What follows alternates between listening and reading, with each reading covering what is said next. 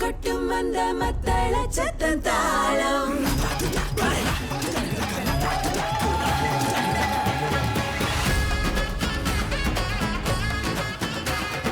நெஞ்சம் துடித்திடும் அந்த சத்தத்தில் தாளம். முரசு கொட்டும் அந்த மத்தள சத்தம் தாளம். அனைவருக்கும் வணக்கம். வெள்ளிக்கிழமை இரவு உங்கள் அனைவரையும் மீண்டும் சந்திக்க ஆவலோடு வந்துவிட்டோம். Suganthi, Malini. welcome to another edition of Thalam Indian Beat, a bilingual program that unites our Indian community under one vibrant platform. And as always, we have some interesting stories lined up for you. இன்றைய நிகழ்ச்சியின் கண்ணோட்டத்தை சுருக்கமாக பார்த்து விடுவோமா? Here is a sneak preview. வெளிநாட்டு ஊழியர்களுக்கான விருந்து. Celebrating talents, uniting a community. மேடையில் மின்னும் பாலர்கள்.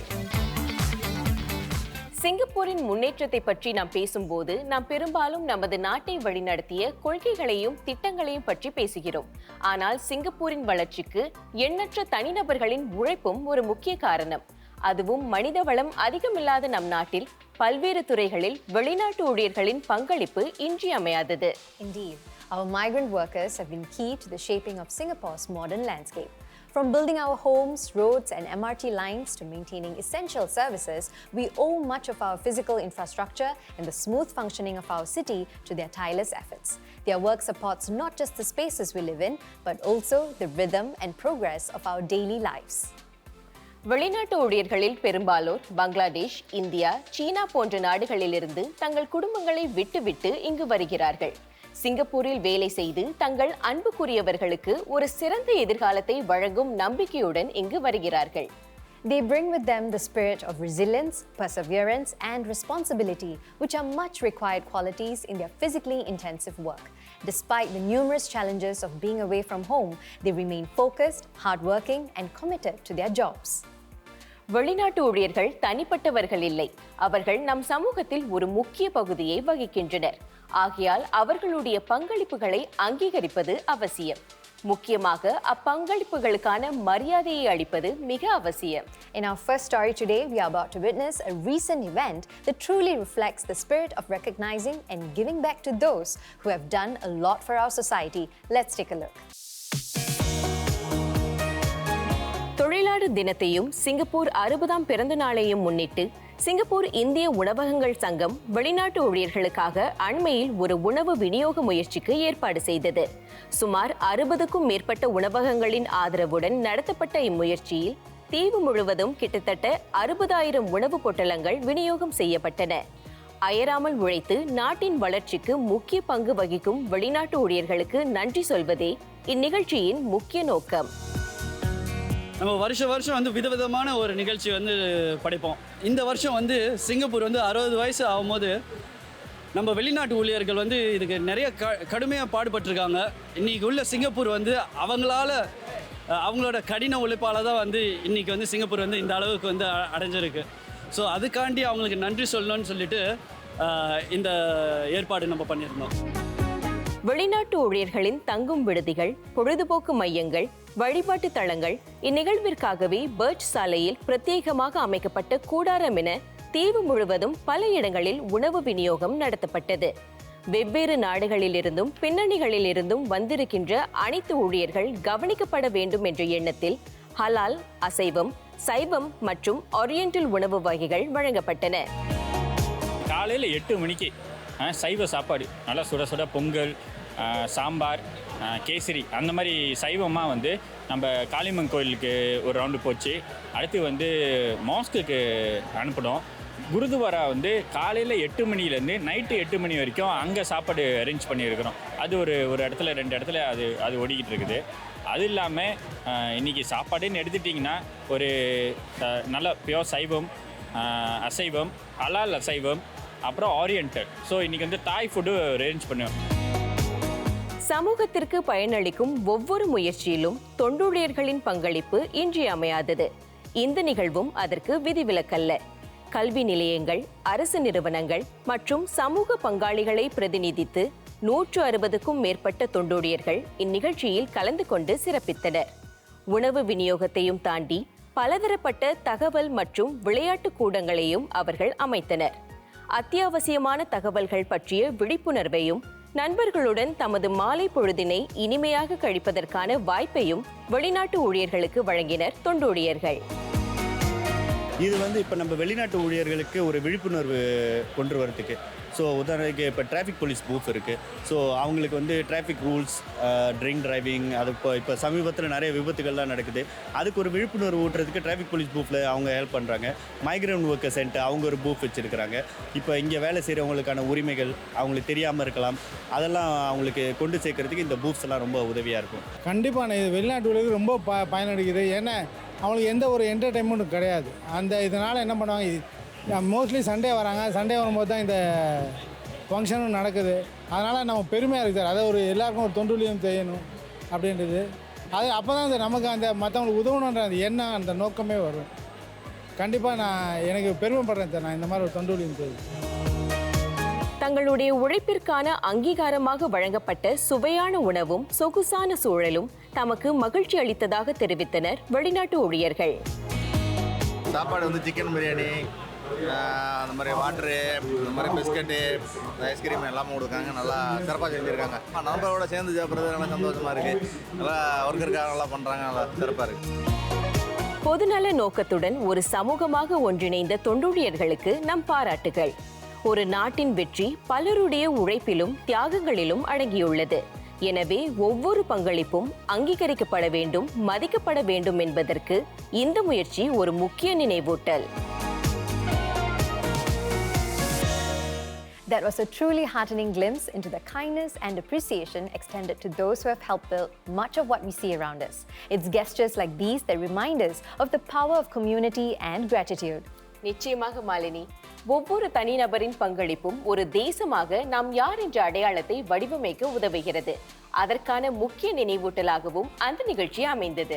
Speaking of contributions and talent, up next we are headed to an event that brought together voices from all over the island to celebrate language, culture and unity. அந்த நிகழ்ச்சிக்கு நாம் செல்வதற்கு முன் ஒரு சிறிய இடைவேளை. தொடர்ந்து எங்களோடு இணைந்திருங்கள்.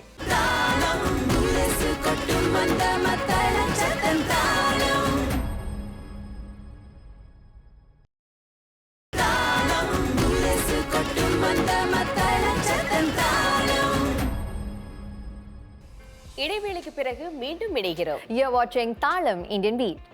Singapore is home to a rich tapestry of non-Tamil Indian communities such as the Telugu, Punjabi, Gujarati and others.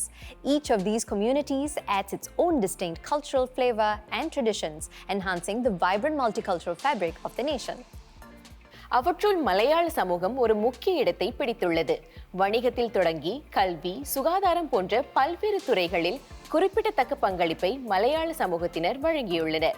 19ஆம் நூற்றாண்டில் இந்தியாவிலிருந்து சிங்கப்பூருக்கு புலம்பெயர்ந்து தங்களுடைய கலாச்சார செழுமையினாலும் தொழில் முனைப்பாலும் சிங்கப்பூரின் பொருளாதார வளர்ச்சிக்கு அவர்கள் பெரிதும் கை கொடுத்துள்ளனர். As Singapore's second largest Indian sub-ethnic group, the Malali community has continued to preserve a deep-rooted connection to their heritage.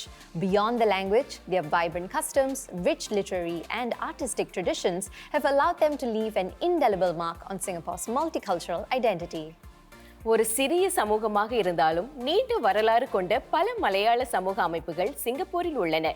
இளைய தலைமுறையிடையே கலாச்சாரத்தை உயிர்ப்புடன் வைத்திருக்க பலதரப்பட்ட முயற்சிகளை அவ்வமைப்புகள் மேற்கொண்டு வருகின்றன. இலக்கிய மன்றங்கள், கலாச்சார விழாக்கள், பாரம்பரிய நிகழ்ச்சிகள் போன்ற பற்பல நிகழ்வுகளை அவை ஆண்டுதோறும் நடத்தி வருகின்றன. Our next story presents an event which not only showcased talent but also celebrated culture and unity among the Malayalis in Singapore. Let's check it out. The National Malayalam Talent Time is a flagship event in the annual calendar of the Naval Base Kerala Library, an institution that marked its 70th anniversary in 2024. Celebrated widely within the Malayali community, this event serves as a platform for identifying and showcasing emerging talents in the performing arts. Over the years, many participants who were first discovered through this competition have then gone on to shine as singers at wider level platforms, including national television programs. With such a proven legacy of unearthing promising performers, the Talent Time continues to play a pivotal role in nurturing artists.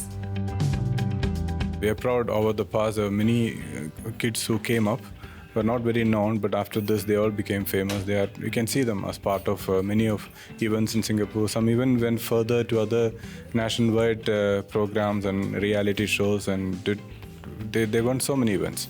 So we are quite humbled that we had been a small little part of their journey, and that's what we consider as something to do for the community. Beyond being a competition, the National Malayalam Talent Time also serves as a meaningful avenue for congregation, bringing together members of the Malayali community to connect and bond. As one of the smaller Indian communities in Singapore, such platforms are essential in nurturing a sense of belonging and pride. Events like these play a vital role in sustaining interest in the Malayalam language for future generations.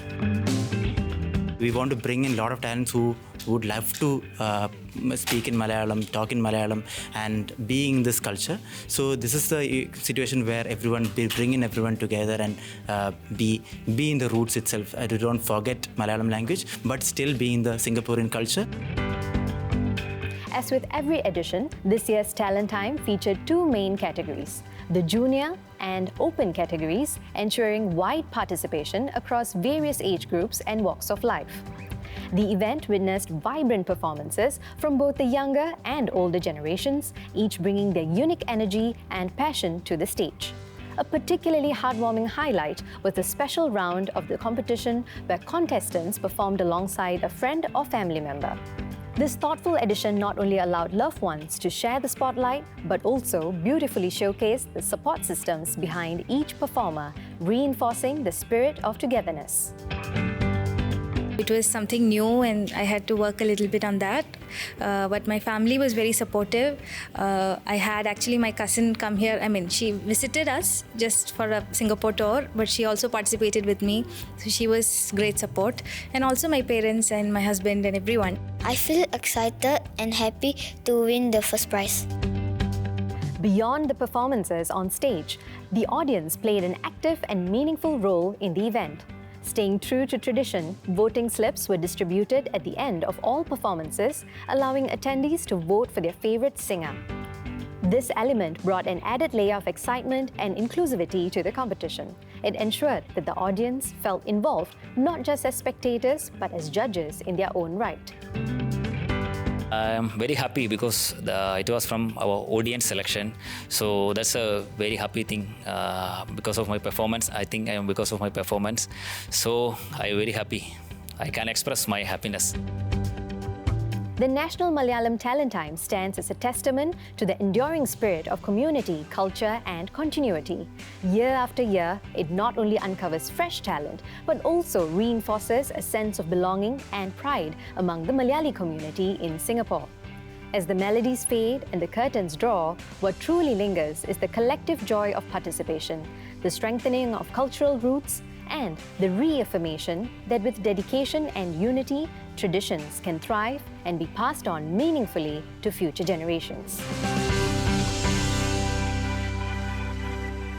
நமது திறமையையும் படைப்பாற்றலையும் வெளிப்படுத்தும் போது நமது கலாச்சாரத்தையும் தாய்மொழியையும் நாம் கொண்டாடுகிறோம், கட்டி காக்கிறோம் என்பதை அந்த பாட்டுத்திறன் போட்டி நமக்கு எடுத்து காட்டுகிறதே இல்லையா Malini? Absolutely, Suganti. And speaking of creativity, our next story brings it in the most delightful way through the eyes of children. A stage drama that promises plenty of heart and charm is coming up next. உங்கள் முகங்களில் புன்னகையை கொண்டு வரவிருக்கும் அந்த நிகழ்வு ஒரு சிறிய இடைவேளைக்கு பிறகு.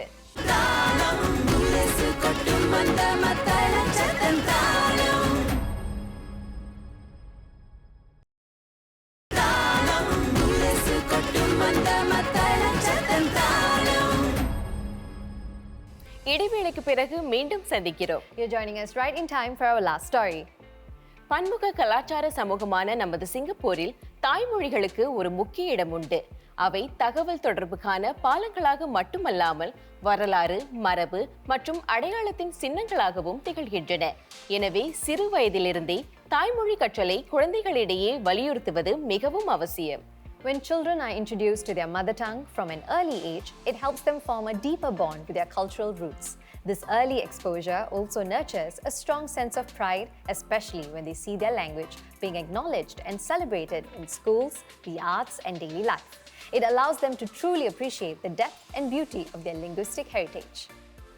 எந்த ஒரு பாடமாக இருந்தாலும் சரி, அது சுவாரஸ்யமான முறையில் கற்பிக்கப்படும் போது அது எளிதில் குழந்தைகளை சென்றடைகிறது.